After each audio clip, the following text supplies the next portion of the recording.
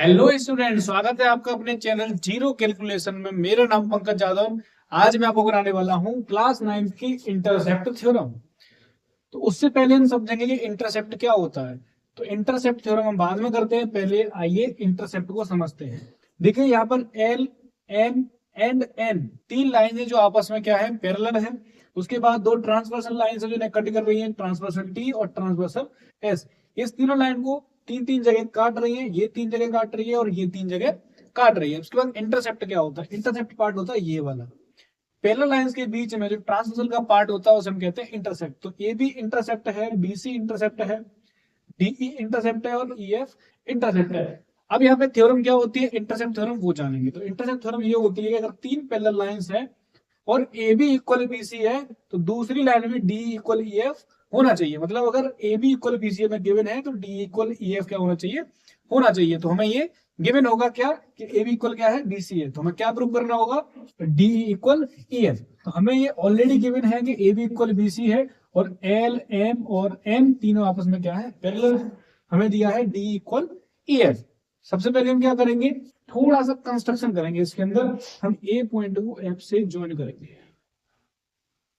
हमने ए पॉइंट को एफ से कर दिया, ज्वाइन कर दिया, और इस पॉइंट को मानेंगे जी।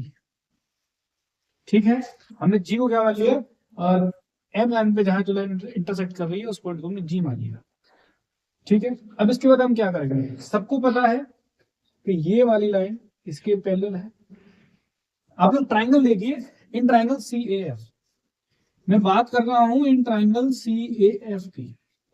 ठीक है, in triangle C A F अगर A B equal B C है, A B equal B C है तो बी क्या होना चाहिए, मिड पॉइंट होना चाहिए भाई। तो बिल्कुल होना चाहिए। तो यहां पे हम लिखेंगे ए बी इक्वल है बी सी के, तो ये बी क्या हो जाएगा, B is the mid point, B is the mid point of A C. A C का मिड पॉइंट हो जाएगा। और अगर एम लाइन एन के पैरेलल है तो बीजी भी किसके इक्वल होगी, पैरेलल होगी, सी एफ की पैरेलल होगी। तो यहां लिखेंगे BG is parallel to CF। अब हमने कन्वर्ट्स ऑफ एमपीटी में क्या पढ़ा था कि अगर ये वाली लाइन इसके पैरेलल है और एक मिड पॉइंट है तो दूसरा भी क्या होना चाहिए, मिड पॉइंट होना चाहिए। तो जी क्या हो जाएगा, मिड पॉइंट हो जाएगा। क्या हो जाएगा, तो यहां लिखेंगे by the converse converse of MPT, by the converse of MPT G क्या बन जाएगा, यहाँ पे मिड पॉइंट बन जाएगा। G B the mid point of, किसका मिड पॉइंट हो जाएगा, ए एफ का।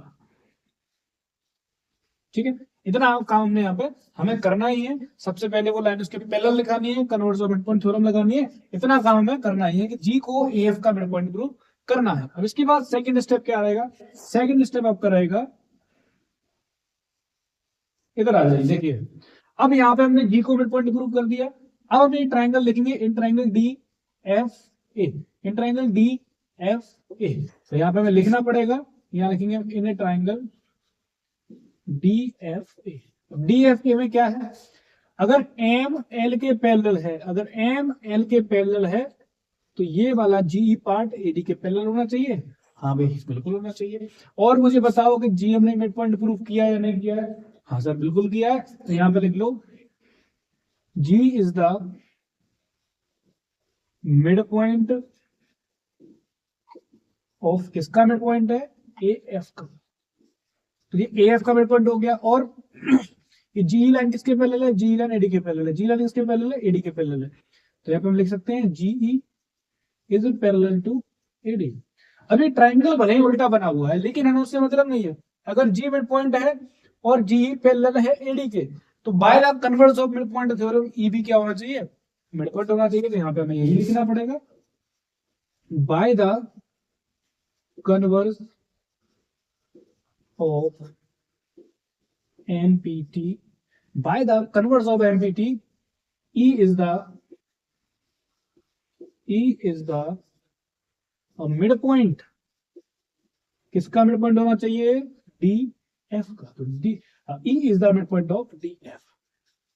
अब मुझे एक बात बताओ, अगर ई मिड पॉइंट है, तो डी इक्वल ई एफ हम लिख सकते हैं? हाँ भाई बिल्कुल लिख सकते हैं। तो यहाँ पे लिख लो डी इक्वल ई एफ, और हम नीचे क्या लिखेंगे, हैंस प्रूव्ड।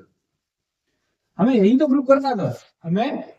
प्रूव करना था, तो सबसे पहले हमें क्या करना है, इस वाले ट्राइंगल में मिड पॉइंट थ्योरम लगा के इसको मिड पॉइंट प्रूव करना है, और फिर इस वाले ट्राइंगल में मिड पॉइंट थ्योरम लगा के ई को मिड पॉइंट करना है। और किसी लाइन का मिड पॉइंट प्रूव कर देते हैं तो क्या हो जाएगा, ये वाला पार्ट इसके कट हो जाएगा। 2 पार्ट्स में डिवाइड कर देता है मिड पॉइंट, और कुछ नहीं करता है।